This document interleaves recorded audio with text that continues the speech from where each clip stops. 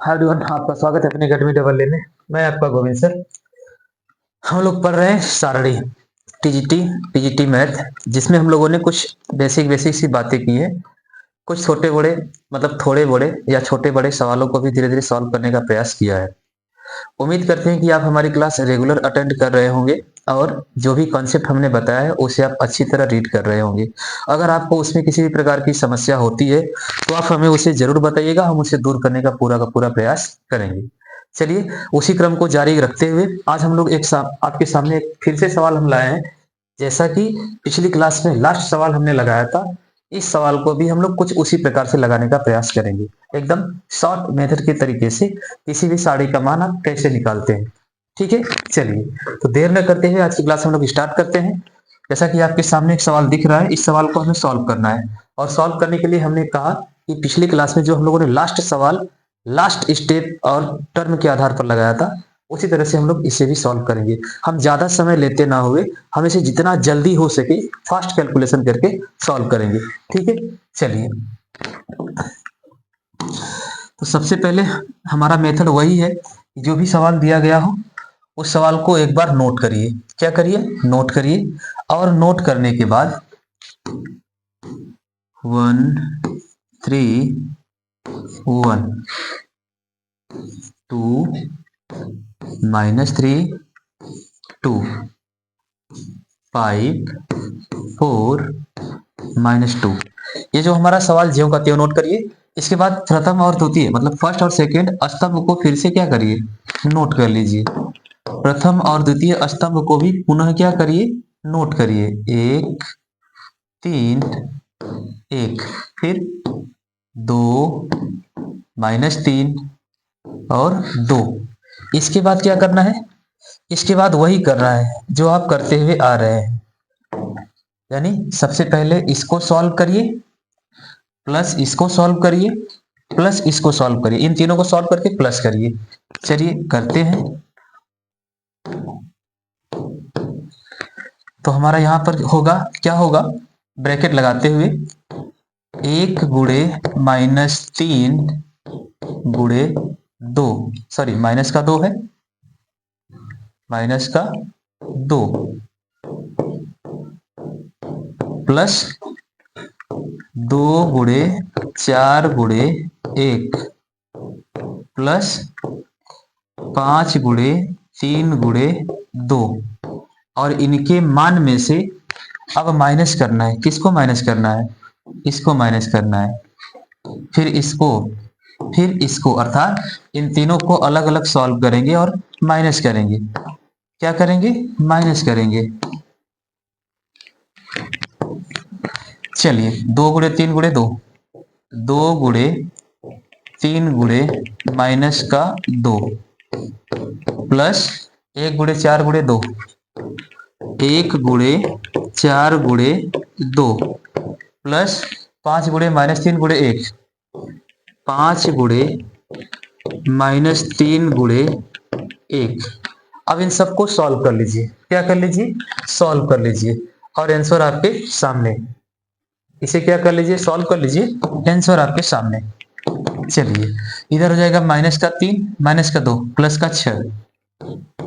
Bracket रहेंगे, मतलब bracket रखेंगे। 6 2 4, सॉरी 4 दूना के 8 1 8 प्लस 5 3 15 दूना के 30। कैलकुलेशन में बस ध्यान रखनी है। 2 3 6 प्लस का 6 गुणे 1 6, 4 1 4 दूना के 8, 2 3 6 5 30। ओके, माइनस, बीच में माइनस है तो माइनस। अब इसे सॉल्व करेंगे। -2 प्लस 3, 2 3 6 माइनस का 6, 2 माइनस का 12 प्लस 4 दूना के 8 1 8, 3 कमा 3 माइनस का प्लस 5 15 माइनस का 15। क्रॉस चेक करते हैं। 2 3 6 दूना के 12 माइनस का 12, 4 कमा 4 दूना के 8, 5 3 15 माइनस का 15। ठीक है, अब इसे सॉल्व करिए। 8 6 14 30 44 माइनस, अरे भाई 8 से 14 10, सॉरी 8 से 14 30 44 माइनस माइनस, इधर जाएगा 15 12 -15 -12 माइनस माइनस प्लस हो जाएगा, तो 12 15 17 27 8 घटा देंगे 19, और बाहर भी माइनस अंदर भी माइनस, तो 19 और एक क्या हो जाएगा -19 माइनस यानी प्लस। तो फाइनली रिजल्ट आपका हो जाएगा कितना 9 4 13 5 1 6 यानी 4 1 5 1 6, और यही आपका क्या है आंसर है। तो किसी भी सारणी को आप इस तरीके से सॉल्व करेंगे तो आपको कम से कम समय और सटीक आंसर प्राप्त होगा। ठीक है, चलिए अब हम लोग बात करते हैं कुछ अलग और कुछ विशेष तरीके की, कुछ अलग और कुछ विशेष तरीके की। ठीक है, कैलकुलेशन में कहीं कोई प्रॉब्लम तो नहीं हुई? एक बार क्रॉस चेक करिएगा, हमारे हिसाब से तो सही है, आप एक बार जरूर मिलाइए। चलिए क्रॉस चेक कर लिया आपने, कहीं कोई समस्या है? एक बार हम भी क्रॉस चेक कर लेते हैं भाई, क्या पता कहीं कोई प्रॉब्लम हुई हो। पहले ही प्रॉब्लम नजर आ गई, ध्यान से देखिए, यहाँ पर -1 होगा, जब यहाँ पर -1 होगा तो -1 यहाँ पर भी होगा। अब एक -1 देखिए कितना प्रभावित कर रहा है, अगर कैलकुलेशन में थोड़ी सी मिस्टेक हो रही है, जैसे कि हमने एक -1 को छोड़ दिया, अब वह -1 यहाँ पर भी होगा। अब यहाँ पर माइनस होने से यह यहाँ पर माइनस हो जाएगा। अब जब यहाँ पर माइनस होगा तो यह डाटा पूरा का पूरा पिघल जाएगा, पूरा का पूरा डाटा यहाँ पर क्या हो जाएगा, चेंज हो जाएगा। यह हो जाएगा 38 6 32, अर्थात यहाँ पर माइनस करेंगे तो यहाँ पर आएगा 32। अरे 30 8 38 में से 6 घटा देंगे तो आंसर भी चेंज हो जाएगा। एक बार इधर देखते हैं, इस वाले में भी कुछ गड़बड़ हुआ होगा। यह 1 का मल्टीप्लाई यानी कहाँ पर हुआ है, यह 1 का मल्टीप्लाई सेकेंड यानी बीच में हुआ होगा, 1 4 2, यहाँ पर माइनस का 1 रहेगा, यह माइनस का 1 है। जब यह माइनस का 1 है तो 4 गुना के 8 यानी माइनस का 8 आएगा। किसका 8 आएगा, माइनस का। और जब माइनस का 8 आएगा यह भी डाटा क्या होगा, चेंज होगा। ये पूरा का पूरा ही तो प्लस हो जाएगा, तो पूरा का पूरा प्लस हो जाएगा। 12 8 20 10 35 माइनस का 35 क्या हो जाएगा भैया, 12 8 20 माइनस 20, सॉरी 20 कह रहे, हाँ -20 15 35, ये प्लस का 35 हो जाएगा।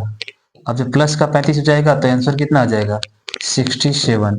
एक माइनस पूरा का पूरा आंसर और पूरा का पूरा डाटा ही क्या कर दिया, बदल दिया, केवल एक माइनस, इसलिए कैलकुलेशन ध्यान से। ठीक है, चलिए हमसे भी गलती हो रही है, बार बार माइनस छूट रहा है। चलिए ध्यान रखना, यहाँ पर भी माइनस है और यहाँ पर भी माइनस है, क्योंकि सवाल में ही 1 आपका क्या है, माइनस। हम रखते टाइम ही भूल गए, इसलिए पूरा पूरा आंसर क्या हुआ, चेंज हुआ। चलिए बात करते हैं अगले कॉन्सेप्ट की। अगला कॉन्सेप्ट है आपका उपसारणी, उपसारणी और सहखंड। अब उपसारणी क्या होता है, सहखंड क्या होता है, थोड़ी बहुत चर्चाएं हम लोग कर लेते हैं, फिर चीजें अपने आप क्या हो जाएंगी, स्पष्ट हो जाएंगी। उपसारणी और सहखंड सारणी। तो सबसे पहले हम उपसारणी की बात करें तो इस उपसारणी का प्रतीक क्या होता है, क्या आप कहीं पर MIJ जैसा कुछ देखे हैं? हाँ, आपको सवालों में या कहीं ना कहीं आपको मिला होगा। तो इसे कैपिटल MIJ से प्रदर्शित करते हैं।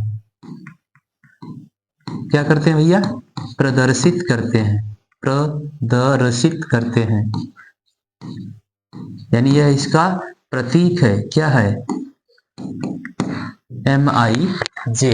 आई क्या है, आई पंक्ति है, आई क्या भैया, पंक्ति है। जे क्या है भैया, जे आपका स्तंभ है।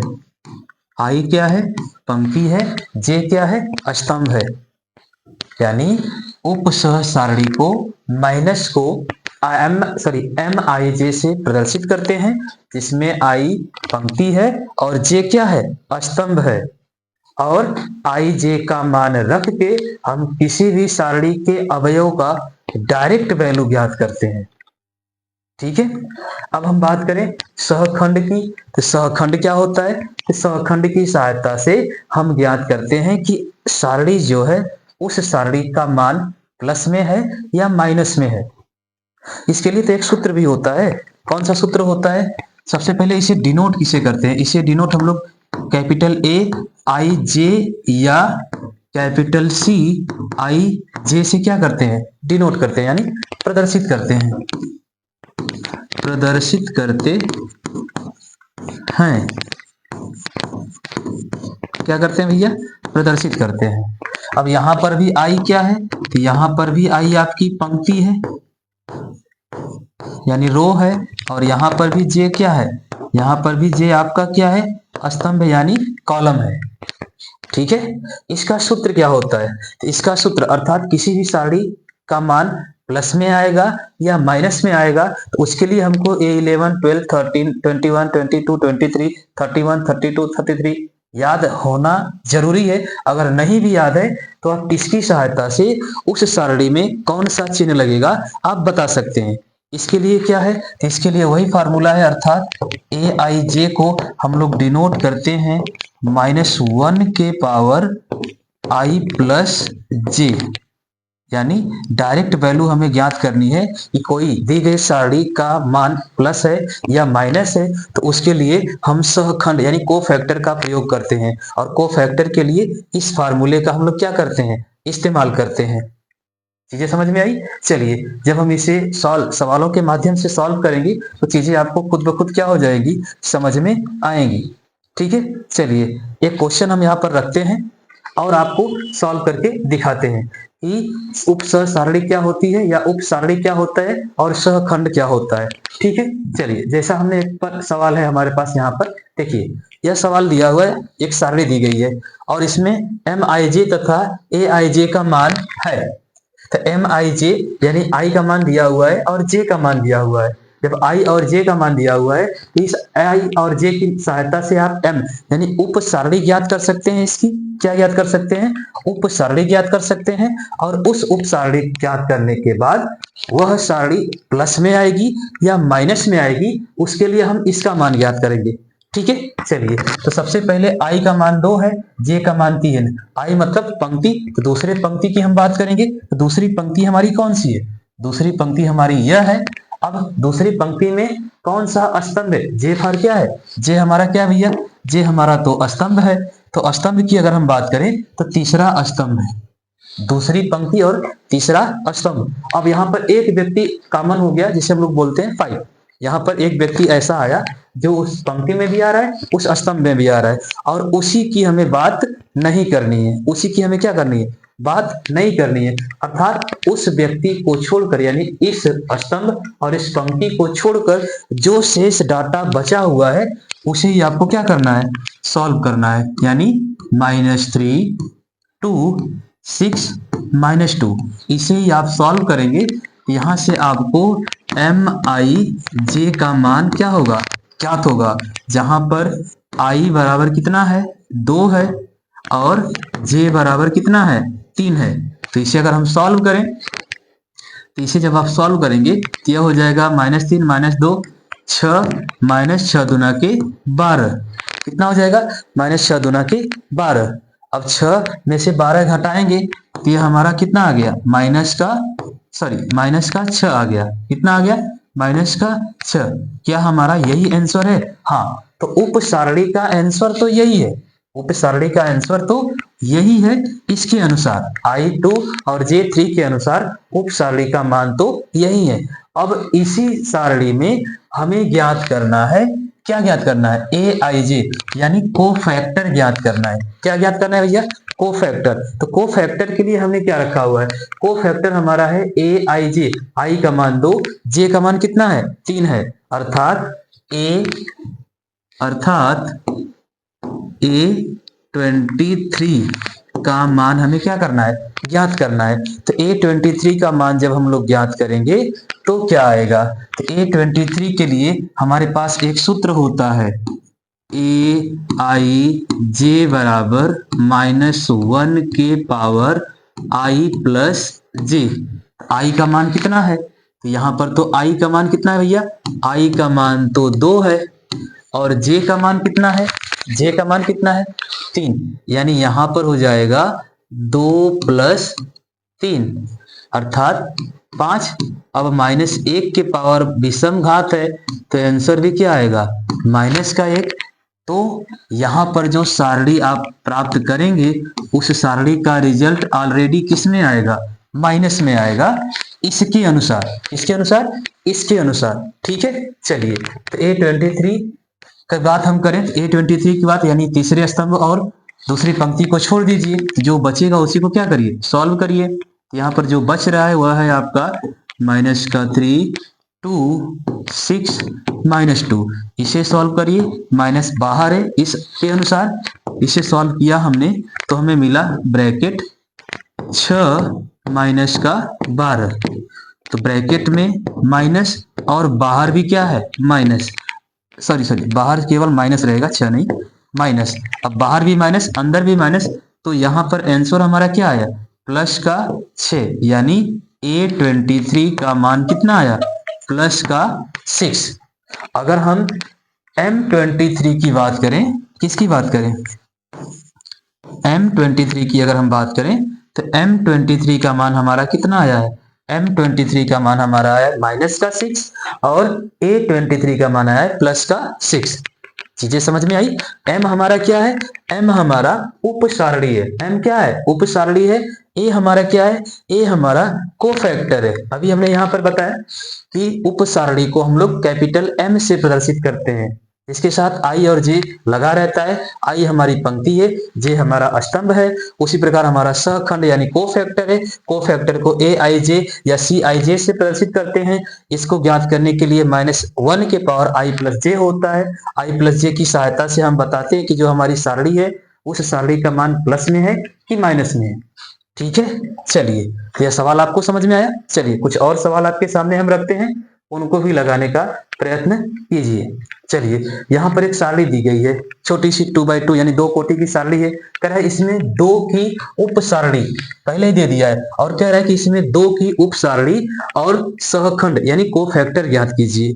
यानी यह जो 2 कोटि की सारणी आपको दी गई है, इसमें आप नंबर ऑफ 2 यानी इसका आपको उप सारणी ज्ञात करनी है, और इसी का आपको सहखंड ज्ञात करना है, यानी माइनस भी ज्ञात करना है उसी संख्या का जिसका आपको कोफैक्टर ज्ञात करना है। ठीक है, चलिए तो हम बात करेंगे 2 की। तो 2 हमारा यानी M के अनुसार अगर हम बात करें तो MIJ क्या होता है, तो MIJ बराबर अगर 2 हम रखेंगे तो यहां से हमारा मान I का भी 1 आ रहा है और J का भी 1 आ रहा है, यानी प्रथम पंक्ति और प्रथम स्तंभ आ रहा है। ठीक है, प्रथम पंक्ति आ रहा है, प्रथम स्तंभ आ रहा है। अगर हम यहाँ पर कोफैक्टर की बात करें, AIJ की बात करें, AIJ में I का भी मान 1 है और J का भी मान क्या है 1 है। अर्थात अगर हम इस सूत्र की बात करें तो यहां से I प्लस J के अनुसार -1 के पावर 2 यानी सम संख्या है, यानी प्लस का 1 आ रहा है।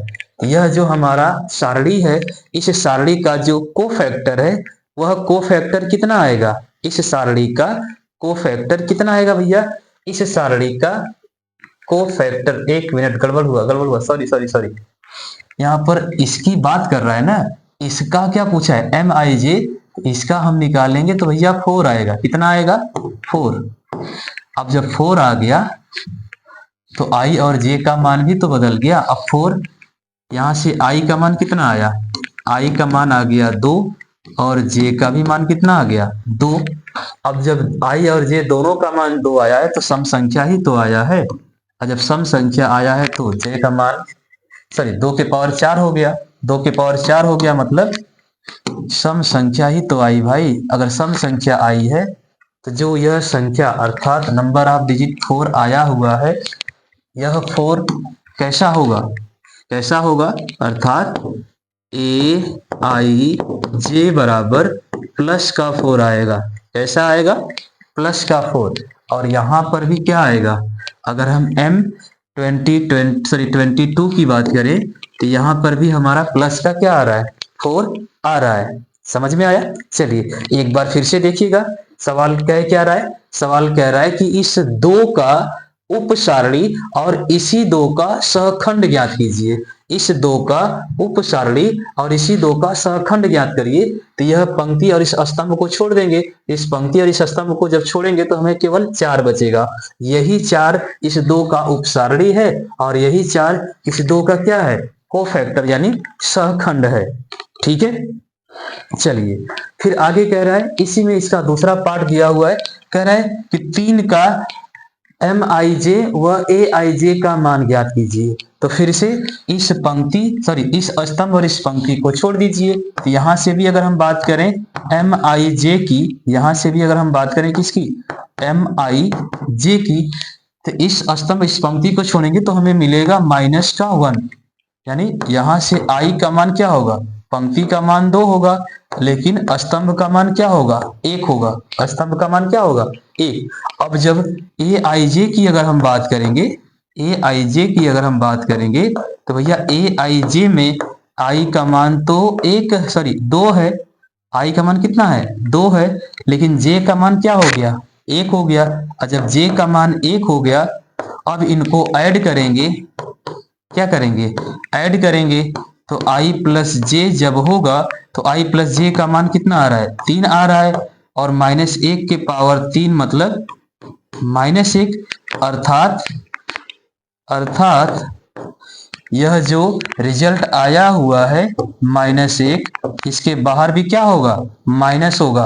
और जब इसके बाहर माइनस होगा तो फाइनली आंसर हमारा कितना आएगा, 1 आएगा। कितना आएगा भैया, 1 आएगा। यानी यहां से रिजल्ट आपका ए आई जे बराबर हो जाएगा -1, अर्थात प्लस का 1। आपका आंसर कितना आएगा, प्लस का 1।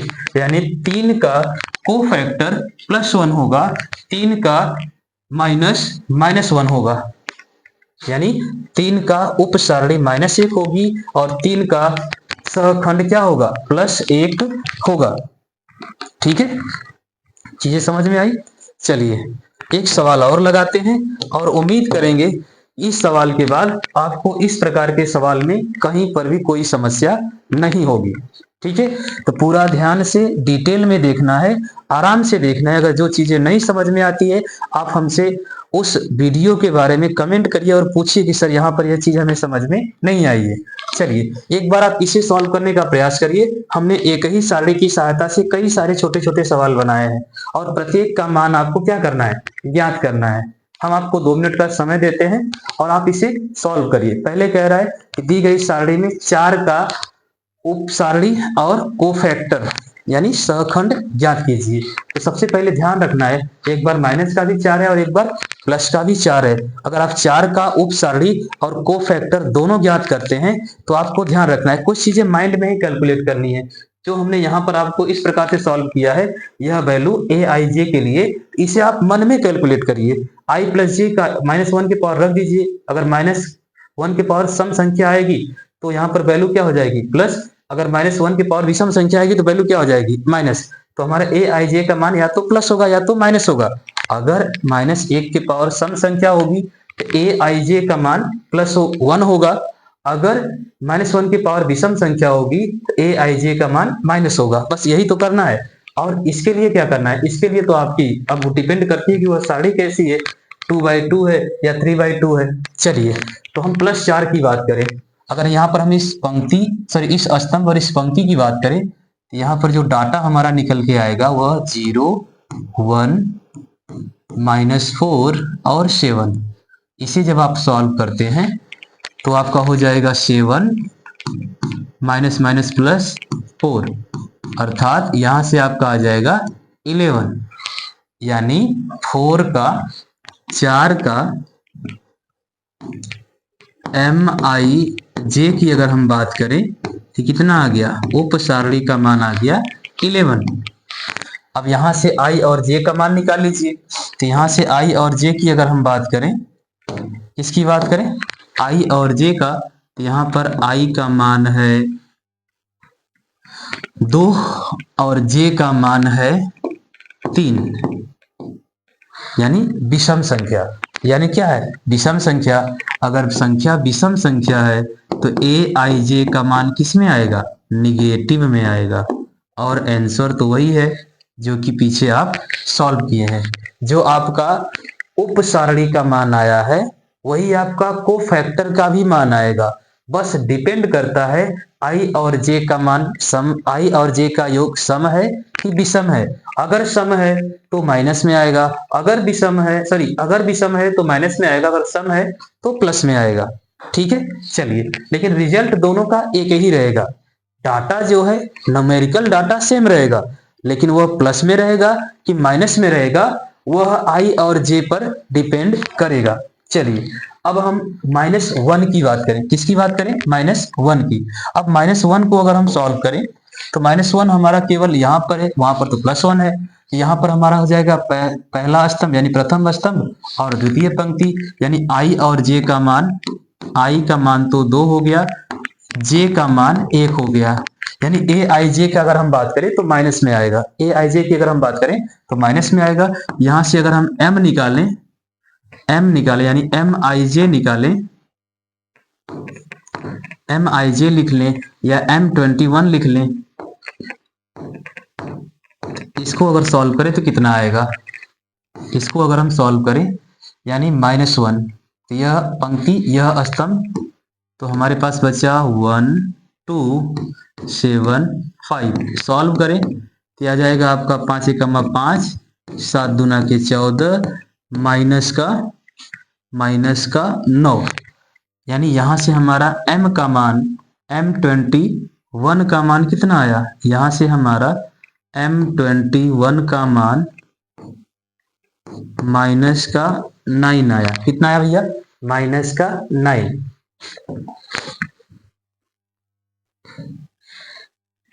-9। थोड़ा सा इनको स्किप करते हैं ताकि हमें थोड़ा और स्पेस मिले।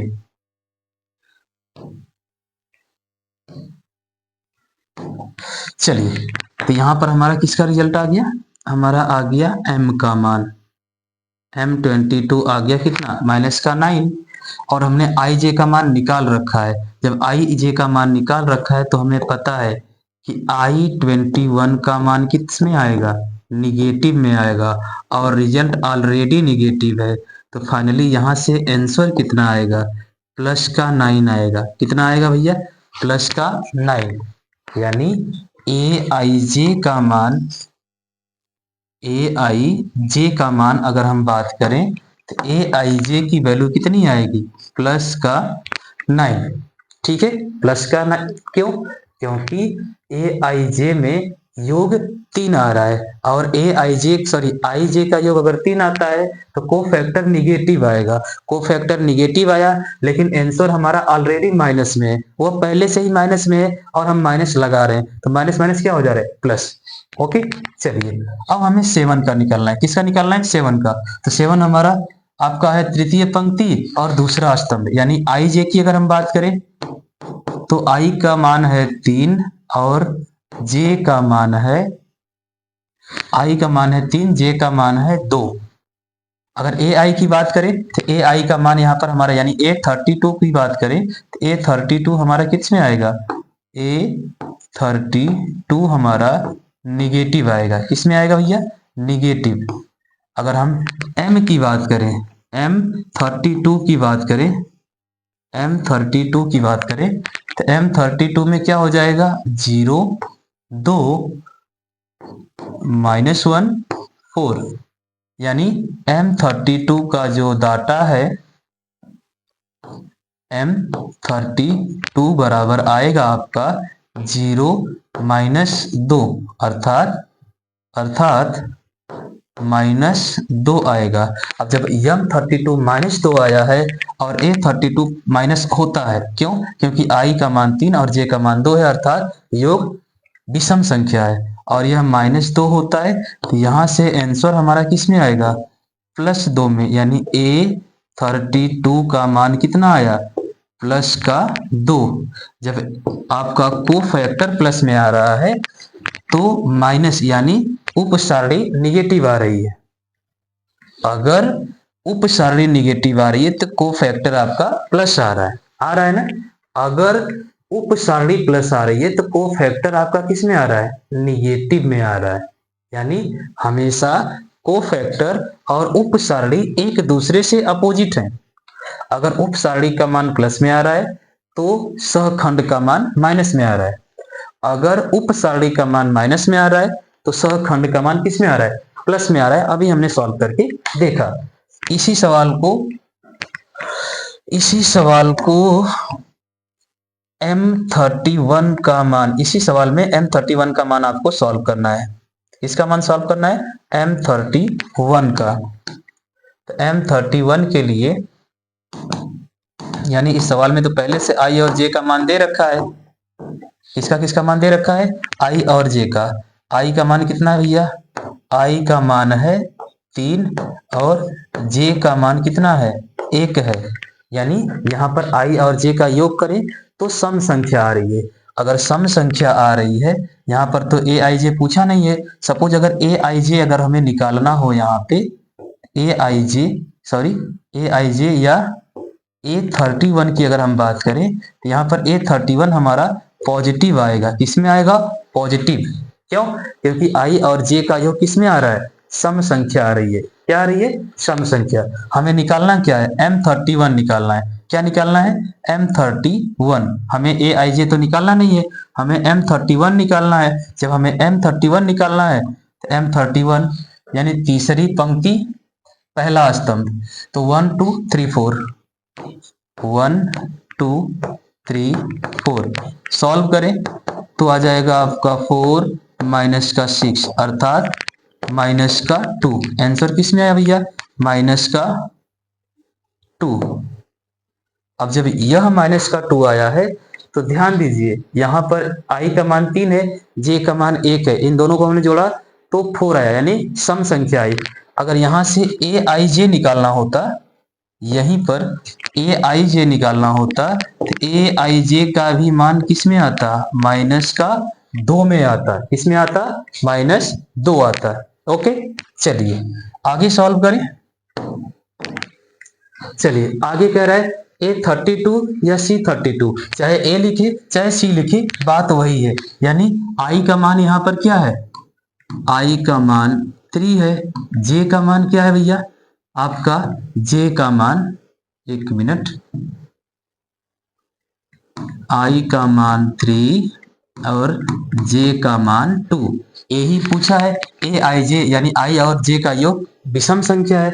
Aij यानी विषम संख्या है तो A32 का मान किस में आना चाहिए? निगेटिव में आना चाहिए। किस में आना चाहिए? निगेटिव। अब Aij निकालें तो 32 निकालेंगे तो सबसे पहले यहाँ पर हमें सारणी बनानी होगी। अब 32 यानी तीसरी पंक्ति दूसरा स्तंभ, तीसरी पंक्ति और दूसरा स्तंभ। A32 की अगर हम बात करें तो तीसरी पंक्ति दूसरा स्तंभ, तो 0 2 माइनस 1 और 4, इसे सॉल्व करें तो आपका हो जाएगा 0 माइनस 2 अर्थात माइनस 2। और बाहर पहले से क्या है? माइनस है। बाहर पहले से ही माइनस है तो फाइनली आंसर किस में आएगा? बाहर पहले से ही माइनस है और ब्रैकेट के अंदर भी माइनस, तो आंसर हमारा किस में आएगा? प्लस में आएगा। किस में आएगा? प्लस में। M31 की बात करें, यहाँ पर I का मान 1 है और J का मान 3 है। यानी प्रथम पंक्ति तीसरा स्तंभ, पहली पंक्ति तीसरा स्तंभ, यानी 2 की बात कर रहा है। अगर 2 की बात कर रहा है तो यहाँ पर सारणी कौन सी बन रही है? यहाँ पर -1 3 -4 और 7। इसको सॉल्व करिए तो माइनस का 7 माइनस 4 3 12, यह भी माइनस। सॉल्व करिए, इसको सॉल्व करेंगे तो माइनस का 7 प्लस का 12, 12 में से 7 जाएगा तो माइनस का, सॉरी, प्लस का 5। क्या आएगा भैया? प्लस का 5। और यही आपका क्या है? आंसर है। क्या है? आंसर है। ठीक है। C31 मतलब I का मान 1 और J का मान 3, प्रथम पंक्ति तीसरा स्तंभ, यानी यही सेम वैल्यू। और यहां पर हमने कैलकुलेट किया है तो C31 यानी, एक मिनट 31 करें, C13 यानी पदों का योग सम संख्या, पदों का योग सम संख्या, यानी डाटा किस में आएगा? पॉजिटिव आएगा। आंसर किस में आएगा भैया? पॉजिटिव आएगा। यही डाटा हमने ऊपर सॉल्व कर रखा है। -1 3 -4 7, इसका भी मान जब निकालेंगे तो प्रथम पंक्ति तीसरा स्तंभ -1 3 -4 1 -4 7 सेम वैल्यू आएगा। रिजल्ट यहाँ पर आया है और यहाँ पर हमने रख दिया। अब यहाँ पर थोड़ा सा चेंज है, 32 है। 32 है मतलब आई का मान कितना है, आई का मान 3 है, जे का मान 2 है, 3 2 5, यानी यहाँ पर जो भी हमारा मान आएगा वह किस में आएगा, निगेटिव में आएगा। तो ऑलरेडी निगेटिव हम लगा देते हैं, फिर सारणी बनाते हैं। तो तीसरी पंक्ति दूसरा स्तंभ, तीसरी पंक्ति दूसरा स्तंभ यानी 7, 0 2 -1 4, 0 2 -1 4। इसको तो अभी हमने यहाँ पर सॉल्व किया था। इसका रिजल्ट किस में आ रहा था, इसका रिजल्ट बाहर भी माइनस और अंदर भी क्या आ रहा था, माइनस। बाहर भी माइनस था और अंदर भी माइनस आ रहा था। तो फाइनली रिजल्ट हमारा किस में आ रहा था, प्लस में, यानी A32 बराबर क्या आ रहा है, 2। और यही हमारा क्या है, आंसर है।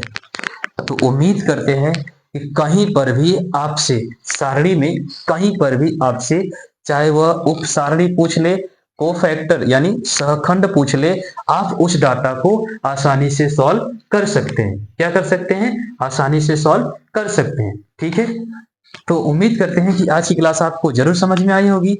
मिलेंगे अगली क्लास में कुछ और फैक्टर और पॉइंट के साथ, तब तक के लिए धन्यवाद।